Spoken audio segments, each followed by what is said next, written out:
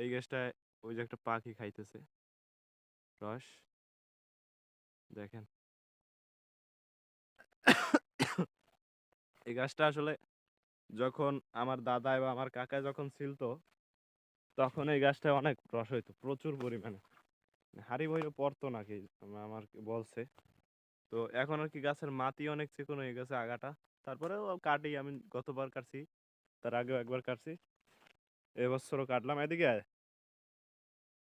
তো এখন এই রসটা নামাবে, রসটা একটু ফ্রেশ আছে, ভালো আছে, কাটাতে এসে যে এটা লা।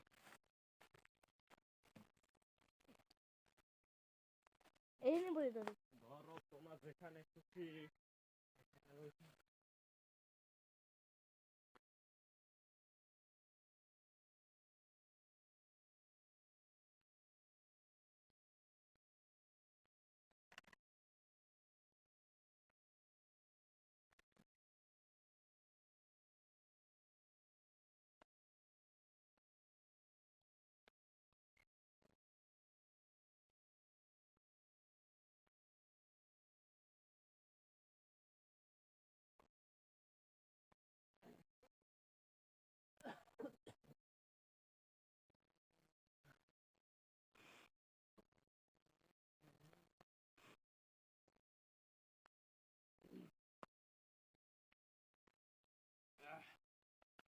এই যে দেখো কেমন হয়েছে।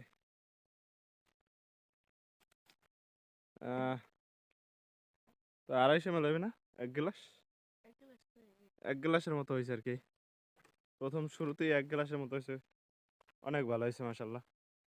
আর এই যে আমার ধান ক্ষেত দেখতেছেন না, এই ধান খেতে একটা প্রজেক্ট নেব, বিশাল বড় প্রজেক্ট।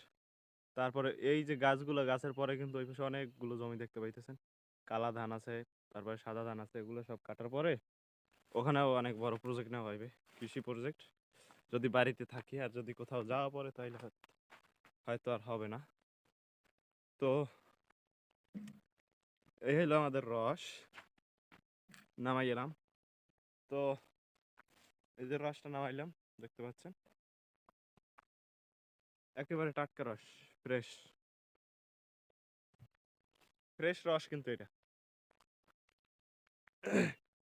আপনারা যদি খাইতে চান কাঁচা রস, চলে আসেন পটুয়াখালী বদ্দেরপুর ইউনিয়নের পূর্ব গাবুয়া তাফালবাড়ি বাজারে, তাহলে আপনাদেরকে আমি রস খাওয়াইতে পারবো ইনশাআল্লাহ।